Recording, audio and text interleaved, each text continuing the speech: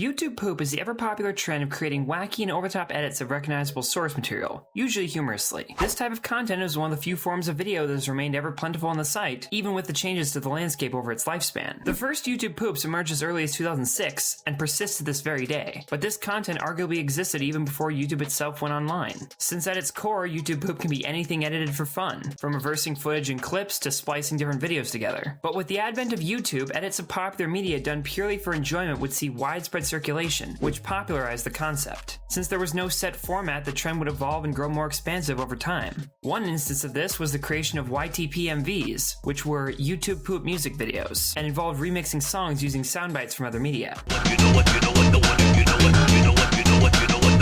But on top of an already broad concept growing ever more diverse in its application, YouTube poop would also become more elaborate as creators pushed the limits of how much editing was possible within a small runtime. One noteworthy example of this was the Octagon series. A group of creators teamed up to create 3 different YTP-MV collab projects over the span of several years on a single channel, with the final one being among the most edit-heavy YouTube poop projects of all time, and one I've discussed on this channel before. But while videos as highly edited as these can be released by groups over a span of time, it's far less common to see individual high-quality YouTube poop channels whose backlog isn't extremely limited, especially since the most popular of them usually branch out to do other things once they see mainstream success. What remains of the community has either moved on to new frontiers or spread themselves out among a dozen or so micro-communities. However, there is one unusually high-quality YouTube poop channel I myself have run across whose video catalog is much larger than others similar to his, that being Fawful. Looking up Fawful today would yield a plethora of results, including a large playlist called the Fawful Scat Rat Cinematic Universe, containing over 100 re-uploads, while the Fawful channel itself sits with only 8. But in addition to this, another newer channel known as Scatrat also exists and was created by the same person, and houses 32 videos. The search results on YouTube for Fawful yield these as well as the re-uploads, but also videos made by other YTP channels with titles containing the addition Fawful collab entry. But aside from videos, most other sources talking about the channel and Fawful himself have been largely lost since the channel's peak in the mid-2010s. Social media connected to it has either been deleted or become inactive, and even third-party sources documenting him are scarce to say the least. Now, outside of the YTP community and his small but dedicated fan base helping re-release his content, Fawful's name has been largely lost to time. Still, millions have seen his work in some shape or form even if they don't know who created it.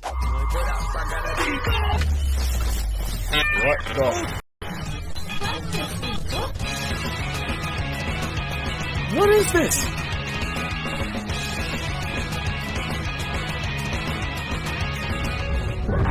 Despite many of his videos being viral hits, he's disproportionately unknown as a creator, most likely in part because the majority of his content exists through re-uploads, and the channel hasn't been consistently active in many years. As for Fawful himself, he's remained a relatively disconnected figure of the online community during the entirety of his near decade-long history online. So, out of curiosity, I reached out to him on Twitter to pull back the curtains a bit behind one of YTP's most iconic yet unsung members. A lot of people know me for the visuals. Yeah. For the longest time, I wouldn't say that I really had like a visual style. It was more just kind of like George Lucasing it, just like how much shit can I shove into the frame? To the point where like to a detriment where like I'd go back and I'd watch my old videos from like 2013, 2014, and I'd be like, yeah, if you pause it, you can find all this, all this stuff. You can find freaking ley lines everywhere, hidden messages. At the age of 13, Fawful created his first recognizable account on September 3rd, 2011, under the name Fawful the Falafel, this being a reference to the Mario and Luigi Superstar Saga character also named Fawful. And fittingly, some of the channel's first content was doing Super Mario World packs in early 2012, and Fawful himself states the channel was originally intended to be gameplay focused. But this would be short-lived, since at the time he would experiment around with new forms of content, and one of which would be YouTube poop. His first exposure to these kind of videos had been in 2009 when he discovered a YTP based on the show Chowder called Schnitzel's Rage by a YouTuber named Alvin Earthworm. Come again. No! 5 days payday. You see, Chowder, as my apprentice, you work to gain the enclosed instruction book. But grown-ups like Schnitzel, what? Lots of spaghetti. What does he do with the spaghetti? After getting inspired to make content of his own, Fawful began to teach himself editing using a variety of different off-brand editing software, but due to difficulties with rendering, he was forced to switch to Sony Vegas before beginning his channel. I want to say it was called the AVS video editor. A couple of lousy off-brand, to the point where like the company's not even gonna like try to do it, like take any anti-piracy measures. Things where like you couldn't stack effects. It had to be like one effect at a time, kind of nonsense. I was trying to edit videos as far back as 2009, 2010. Back then I was so creatively like bankrupt and naive that I would literally just download a YTP and like make a few changes to it, and then only when I was ready to export it to YouTube, it's like, oh, you cannot render this video because you did not buy the software. And I was like, what? Once having adopted it, he would never change software again and would hone his editing style going forward. On the same day as making the switch, Fawful saw a Waxnator YTP that hooked him into being a fan of the channel, which by extension would also introduce him to Barney's Perverted and Master Mazorak. The content of these creators would influence him so much that he settled on creating YouTube Poop exclusively from this point forward. Fawful began creating videos that would eventually fill his re-upload playlist. These would typically be based on animated TV shows, specifically SpongeBob. This shift became more evident going into mid-2012, and his channel would begin to pick up steam. In May of that year, he sat with a little under 800 subscribers, but would triple in the following month when he posted, "Spinge Bill learns the dark arts of crusty pooping." On top of this, Fawful would also build connections with a lot of small YouTube poop channels at the time, most of whom were around his size and had less than 5,000 subscribers. And despite being up and coming, Fawful hadn't grown a firm identity as a creator yet. Fittingly, he would change his channel name on a regular basis, going from Awful Fawful the Falafel to Fawful Second Castle to I Sell YTP Accessories before changing back to Awful Fawful the Falafel, most of whom simply shortened it to Awful Fawful. But the channel wouldn't be renamed as such until early 2013. As time passed, Fawful began to up the content creation into overdrive. Though rather than out of a need to grow in numbers like a lot of channels, his drive stemmed from sheer love for his craft. The inspiration he'd gotten from the creators he looked up to motivated him to improve and make his videos as densely edited as possible, and he committed most of his free time to making them so. As he entered high school, he would spend nearly every waking hour outside of class making his YTPs. Each of them took around 100 hours minimum and would be released every 2 to 3 months at the peak of his editing abilities. And according to him, after having done so for so long, he had watched SpongeBob enough for source material to be able to reenact it line by line. Although he would occasionally make edits of other things such as My Little Pony or Ed, Edd n Eddy. As 2013 began and the channel was officially renamed to Awful Fawful, his account had surpassed 10K and more videos were gaining sizable attention. Even with this, however, Fawful states he never felt pressured with his newfound attention, nor did he inherently desire it for any reasons aside from wanting his work to be seen. Still, he did hope to use his editing skills in the workplace at some point in his life, and hoped that his YouTube Poop content would act as sufficient practice or content for a portfolio should he decide to go in this direction. However, he still hadn't made up his mind as to whether or not he wanted to work as an artist or an entertainer. The only other YTPers that I know who tried to leave and make something of their skills usually just wind up being doing video editing jobs for people, which there's nothing wrong with that. It's a good use of their skills, and if they're happy, that's fine. I keep struggling between whether or not I am meant to be an entertainer or an artist, and I definitely would, as much as I like editing, I ultimately I'd like to be making my own stuff at the end of the day that has me written on it, and instead of just doing jobs for people. In the meantime, his YouTube Poop content satiated his need for both as his online identity solidified and his editing abilities grew more elaborate by the end of that year. So much so that Fawful had established a reputation of being a high-quality YouTube Poop channel with iconic surreal stylization and tight editing. So, being in this position, Fawful decided to create a SpongeBob YTP collab project that viewers could enter. Awful Fawful of Fawful here with exciting news. Rule number 1, your entry must be 45 seconds to 1 minutes in length. Rule number 2, it can be simplistic or heavily edited. And it wasn't long before submissions began piling up. The original intent was to gather around 50 to 80 entries with interludes by Fawful himself, but this collab apparently never came to fruition. Fawful cites the reason being that his computer had troubles and couldn't finish the video. The only remnants of that collab were the few entries you can find on YouTube, which at this point aren't a lot because the last 2 years there have been routine purges of Yellow Bob Pants Square videos. But this was when the first signs of trouble began to emerge in other ways as well. As many creators and fans alike know, YouTube is a platform that will regulate the content in a variety of ways, whether it's striking inappropriate content, removing advertisements, or detecting copyrighted content and placing restrictions on it at the request of copyright holders. In many cases, this is justified since it prevents movies and TV shows from being pirated, but unfortunately, since the system will indiscriminately claim small amounts of footage, reviews, parodies, and YTPs are especially susceptible to being unfairly given the same restrictions. restrictions. These take the form of copyright claims, where either ads are placed on a video and the money is funneled to copyright holders, or the video is blocked from being seen in specific countries, or worldwide. And worst of all, copyright holders can even file strikes for the appearance of their content in videos. Although thankfully, most copyright holders will simply just claim footage and take the revenue, which, while being unjust, it at least allows the video to stay online and viewable to the public. And since money wasn't an issue for Fawful, these claims would otherwise mean very little. But unfortunately, one of the most notoriously protective companies in regards to copyright is Viacom, who has control of the SpongeBob brand. And this would ultimately result in one of the most vicious sequences of video takedowns on the site's history. As someone who has dealt with Viacom as well, I can validate the rumors of how bad they are. I had a video claimed, and in fact, it was also a SpongeBob YouTube poop. And when trying to appeal it getting blocked in Canada, Viacom doubled down and blocked it worldwide, then struck me before finally releasing the claim. Fortunately, I was small enough to where risking my channel's well-being over a strike had no real stakes. For Fawful though, this was not the case. He chose not to go through the hassle of fighting any claims as to not worsen the damage done to his account. When blocked, he did try re-uploading them, but even with tweaks to avoid claims, this method proved ineffective and these copies were taken down as well. As time passed, takedowns on the Awful Fawful channel became a normal occurrence, with fans beginning to archive each new video in order to protect them, since after a while, Fawful stopped bothering to repost anything. This led to the creation of the aforementioned re-upload playlist and the ever-growing interest around preserving Fawful's work. It seems kind of like pessimistic, but I figure anyone who wants to seek them out will be able to find them on YouTube.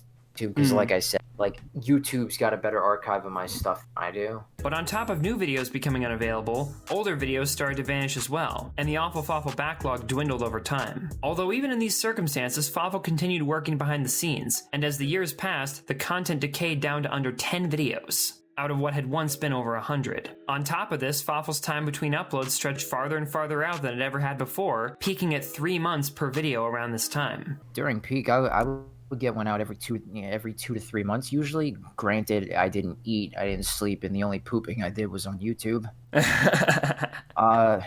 And you know, but I was in high school at the time too, so that. Look, I almost caught myself saying high school took away from YTP and not the other way around. Yeah, my folks had to throw me out of the house just to make sure like my limbs didn't like atrophy. Jeez. If you had to like give a number of hours, a typical one around that time, what would you say? Like hours a day? Hours total. Probably like 100 minutes. But by May of 2016, his channel neared 40K and he began working on one of his longest videos that he claimed would be over 18 minutes in length. However, due to all the problems with copyright over the years, the Awful Fawful channel had been given so many restrictions that it was no longer capable of uploading videos over 10 minutes. So, on the 9th, he created a channel called Scat Rat, and the following day posted a video to the Awful Fawful channel explaining the situation, and directing people to subscribe to the new account.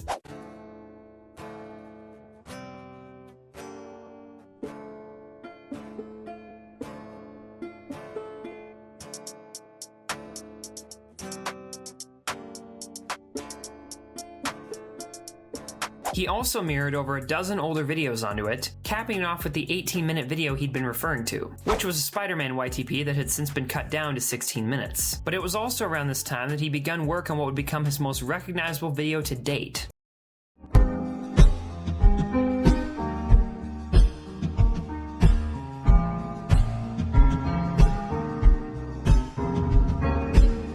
He teamed up with a few independent music artists, including Atronox Aura, to create Deliver Us, a YTP of the SpongeBob episode Pizza Delivery. He even made a trailer announcing it on the Awful Fawful channel, which had otherwise been abandoned.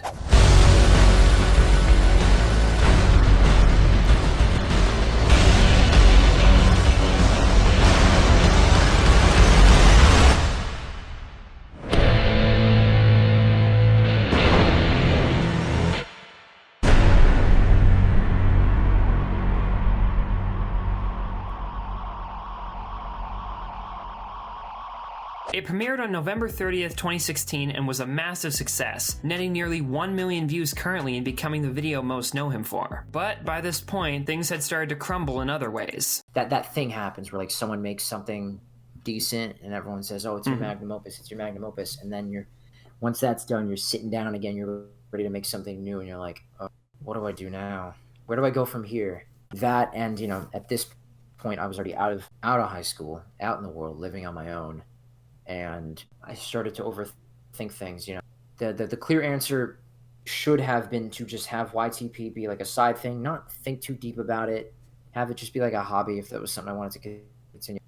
But at the same time, this was like the only success that I had found online. I say that like I tried something else. But basically I had this platform and I wanted to play it safe so as to not lose it if I wanted to, and just animate or make videos or just other content creation. All these things just kind of weighed down on me, and at that point I had a lot of things to worry about, like in real life. After actively uploading for over 5 years and putting in as much effort as he had, Fawful had reached absolute burnout. He'd stated that being forced to move to a new channel due to all the restrictions had put him in a breaking point, and at the time he had just graduated high school and no longer had the same amount of time to spend on videos as he had before. Even his connections to other creators began to wither away after a series of small disagreements between them and him withdrawing further from the community. And as one final blow to the channel, Deliver Us was blocked in most countries in 2019. Couldn't you theoretically just get the original Deliver Us back if you tried to appeal the block? Probably.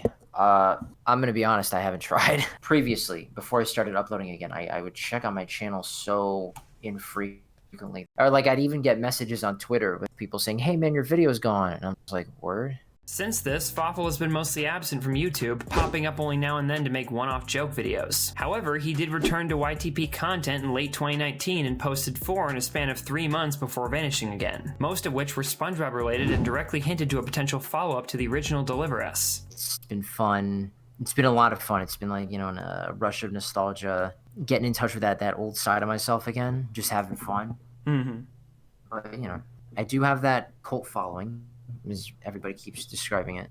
But I don't really see much of a future in it because I don't really.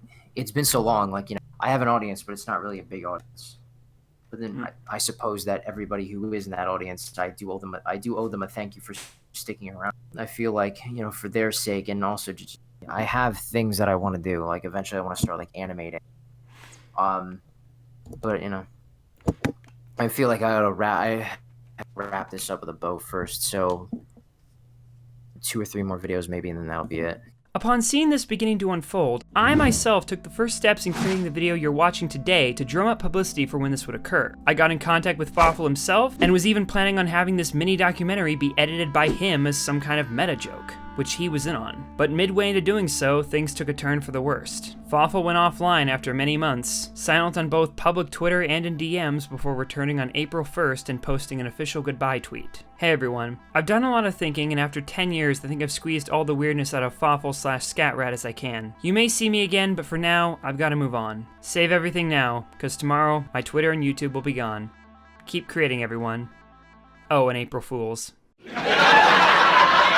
Given this reply and the timing, many took it as a joke, but at the same time he DM'd me, apologizing for bailing out on the project, wishing me the best, and saying goodbye. I thanked him for his help, said goodbye as well, and sure enough, the next day his Twitter was gone. He unlisted all his videos on the Scatrat channel with the exception of his SpongeBob YouTube poops, and took the Ray William Johnson approach of renaming the account This Project is Retired, along with changing the icon to a default Discord profile. However, he left the original Awful Fawful channel untouched. Unless this is an ongoing prank to both his audience and even me, Fawful is gone. This end may have appeared sudden, but to many who kept up with him on Twitter over the years, it was clear that his interest had shifted to original animation, an interest which occasionally leaked onto his YouTube as well.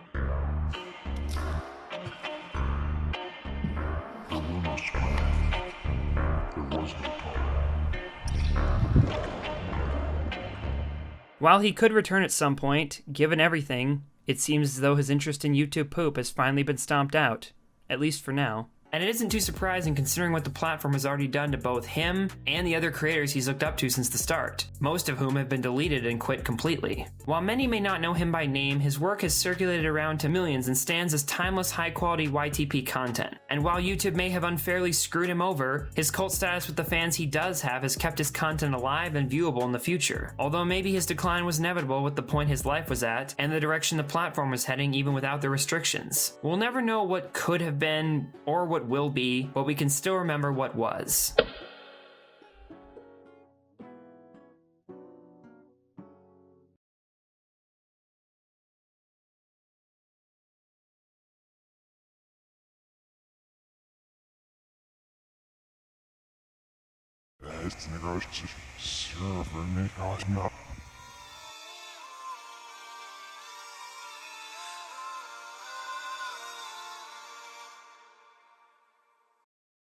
Well, I would still just like to say, if we do use this audio, to everyone listening, you should all thank Jargon, JJ. You should all thank JJ for his tenacity in tracking me down. I'm surprised Viacom hasn't offered him a job for it.